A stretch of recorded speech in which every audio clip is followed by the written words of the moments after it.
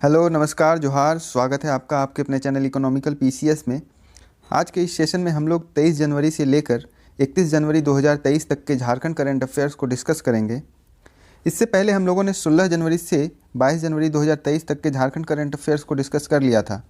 यदि आप लोगों ने इसे अब तक नहीं देखा है तो इस सेशन या इससे पहले के सेशन को झारखंड करंट अफेयर्स के प्लेलिस्ट पर जाकर एक्सेस कर सकते हैं। लेकिन उससे पहले पिछले सेशन के चर्चित और संभाव्य कुछ मल्टीपल चॉइस क्वेश्चंस को देख लेते हैं, जिसके एग्जामिनेशन में आने की पॉसिबिलिटी काफ़ी ज़्यादा है। पहला प्रश्न है, नीति आयोग द्वारा जारी देश के 500 आकांक्षी ब्लॉक में झारखंड में कितने ब्लॉक हैं? तो यह पहला प्रश्न है और इसका सही उत्तर होगा 34। जैसा कि हम लोग जानते हैं कि नीति आयोग ने आकांक्षी जिले के तहत जिले के ही तर्ज पर आकांक्षी ब्लॉक का चयन किया है और यह कुल 500 ब्लॉक का चयन पूरे देश भर में किया है और इन्हीं 500 ब्लॉक में झारखंड से 34 प्रखंडों का चयन किया गया है। बढ़ते हैं अगले प्रश्न की तरफ। अगला प्रश्न है, झारखंड में धान के बाद दूसरा प्रमुख खरीफ फसल कौन सा है? और इसका सही उत्तर जो है वो है रागी। रागी मोटा अनाज की श्रेणी में आता है और यह धान के बाद झारखंड में दूसरा प्रमुख खरीफ फसल है। अगला प्रश्न है, भारतीय मौसम विज्ञान विभाग इसके 148वें स्थापना दिवस के अवसर पर किसे देश का सर्वश्रेष्ठ मौसम केंद्र घोषित किया गया? और इसका सही उत्तर होगा रांची। रांची को ही देश का सर्वश्रेष्ठ मौसम केंद्र घोषित किया गया है और यह इसलिए किया गया है क्योंकि रांची का जो मौसम केंद्र है वह स्मार्ट सिटी प्रोजेक्ट के तहत रांची के कई स्थान पर VMSB अर्थात वेरिएबल मैसेज साइन बोर्ड इसका इंस्टॉलेशन किया हुआ है। साथ ही कॉमन अलर्टिंग प्रोटोकॉल के तहत इसको सक्सेसफुली कंप्लीट रांची मौसम केंद्र ने ही किया है। बात करें स्टेट डिज़ास्टर मैनेजमेंट अथॉरिटी के साथ कोऑर्डिनेशन की, तो इसमें रांची मौसम केंद्र काफ़ी ही अच्छे तरीके से काम किया है और इसी को लेकर यह कृषि सलाह और पूर्वानुमान के क्रम में रांची देश भर में सबसे अच्छा परफॉर्म कर रहा है। और इसी वजह से अर्थ साइंस मिनिस्ट्री यानी पृथ्वी विज्ञान मंत्रालय के मंत्री जितेंद्र सिंह ने अपने हाथों से रांची मौसम केंद्र के निदेशक को सर्वश्रेष्ठ मौसम केंद्र का पुरस्कार से सम्मानित किया है। बढ़ते हैं अगले प्रश्न की तरफ। प्रश्न है, रांची में आयोजित खेलो इंडिया महिला नेशनल सब जूनियर और जूनियर खो खो का खिताब किस दो राज्य को प्राप्त हुआ है? तो इसका सही उत्तर जो है वह होगा महाराष्ट्र और उड़ीसा। और इसका आप एक एडिशनल इन्फॉर्मेशन इसमें यह है कि झारखंड खो खो एसोसिएशन के चेयरमैन कौन है? तो वो हैं CP सिंह। क्योंकि इस तरह के प्रश्न अक्सर एग्जामिनेशन में पूछे जाते हैं, खासकर आप स्पोर्ट्स की कैटेगरी से इस तरह के क्वेश्चन को रिलेट कर सकते हैं। तो चलिए अब शुरू करते हैं इस हफ्ते का करंट अफेयर्स। पहला है कि 23 जनवरी को पराक्रम दिवस मनाया जाता है और यह नेताजी सुभाष चंद्र बोस की जयंती के शुभ अवसर पर मनाया जाता है।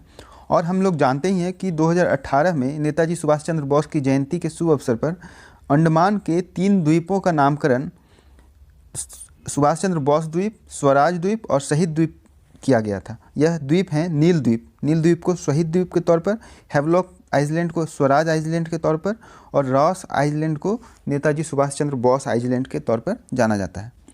और इसी क्रम में इस वर्ष प्रधानमंत्री मोदी ने 21 अनाम द्वीपों का नामकरण किया है और वह नामकरण भारत के परमवीर चक्र विजेताओं के नाम पर किया गया है, जिनमें झारखंड और देश के भी वीर सपूत शहीद अल्बर्ट एक्का, जिनका शहादत भारत पाक के 1971 युद्ध में गंगा सागर यानी पश्चिम बंगाल के तटवर्ती क्षेत्र के एरिया में वहाँ पर इनका शहादत हुआ था। और इन्हीं के नाम पर, अल्बर्ट एक्का के ही नाम पर एक द्वीप का नामकरण किया गया है और वह द्वीप का नामकरण किया गया है एक्का द्वीप। और यह एग्जामिनेशन के पॉइंट ऑफ व्यू से काफ़ी इम्पोर्टेंट है। नेक्स्ट है ऑपरेशन चार्ली चार्ली। झारखंड के संदर्भ में यह काफ़ी महत्वपूर्ण है क्योंकि केंद्रीय गृह मंत्रालय ने हाल ही में एक समीक्षा बैठक किया था और इसमें साइबर अपराध के खिलाफ चलाए जाने वाला झारखंड पुलिस का एक विशेष अभियान है और इस अभियान को ही ऑपरेशन चार्ली चार्ली कहा जाता है।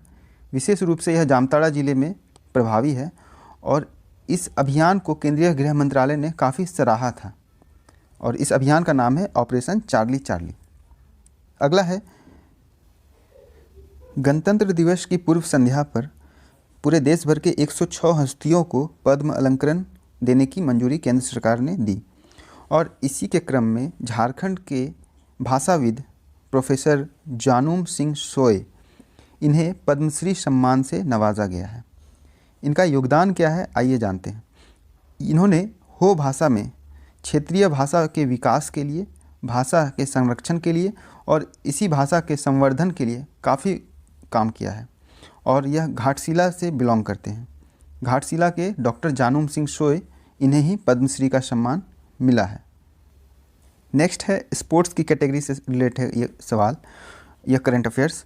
भारतीय लॉन बॉल की टीम में झारखंड के 5 खिलाड़ी का चयन हुआ है।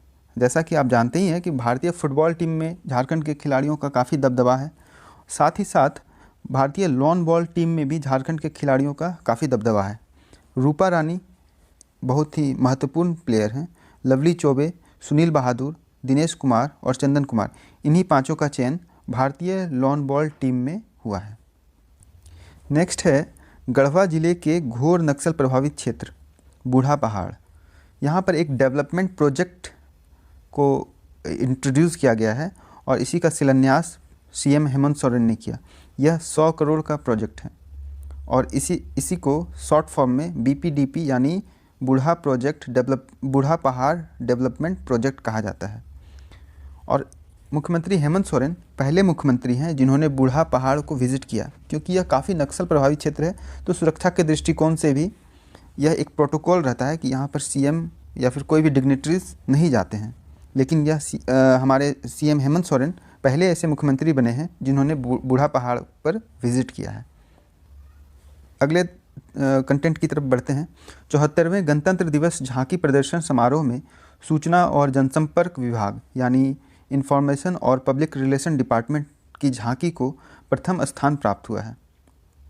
इससे संबंधित इस तरह के प्रश्न अक्सर एग्जामिनेशन में पूछे जाते हैं। अगला है महापारना महोत्सव। महापारना महोत्सव क्या है? तो बेसिकली यह जैन धर्म से संबंधित है और गिरिडीह के मधुबन में सम्मेद शिखर जी पारसनाथ में आचार्य प्रसन्न सागर जी महाराज जिन्होंने 557 दिनों का मौन व्रत धारण किया हुआ था, तो इसी का समापन जो हुआ है उसे हम लोग महापारना महोत्सव के तौर पर जानते हैं। जैसा कि हम लोग जानते हैं कि 24 तीर्थंकर हैं जैन में और इनमें से 20 जैन तीर्थंकर की मोक्ष स्थली पारसनाथ ही है। अगला है अजीम प्रेमजी फाउंडेशन के बारे में। इनका मेडिकल कॉलेज यानी Azim Premji foundation medical college और हॉस्पिटल यह रांची के इटकी में प्रस्तावित है और इसे 150 एकड़ की ज़मीन आवंटित कर दी गई है और यह 99 साल के लीज पर होगा और यह एजुकेशन इंस्टीट्यूट के तौर पर इस प्रश्न को रिलेट कर सकते हैं। बढ़ते हैं अगले कंटेंट की तरफ। रांची के अजय झा यह तकनीकी अधिकारी के तौर पर चयनित हुए हैं और इन्हें खेलो इंडिया यूथ गेम्स मलखंब के संचालन के लिए झारखंड से एकमात्र तकनीकी अधिकारी के तौर पर चयनित किया गया है। महेंद्र सिंह धोनी यह काफ़ी फेमस नेम है झारखंड के पॉइंट ऑफ व्यू से और यह अब क्रिकेट के लिए नहीं बल्कि फिल्म निर्माण के लिए जाने जाएंगे क्योंकि इन्होंने फिल्म निर्माण के क्षेत्र में अपना पदार्पण किया है और फिल्म का नाम है लेट्स गेट मैरिड और यह कंपनी का नाम है Dhoni entertainment private limited. North eastern zonal Australian football league इसके जूनियर वर्ग में झारखंड चैंपियन बना है।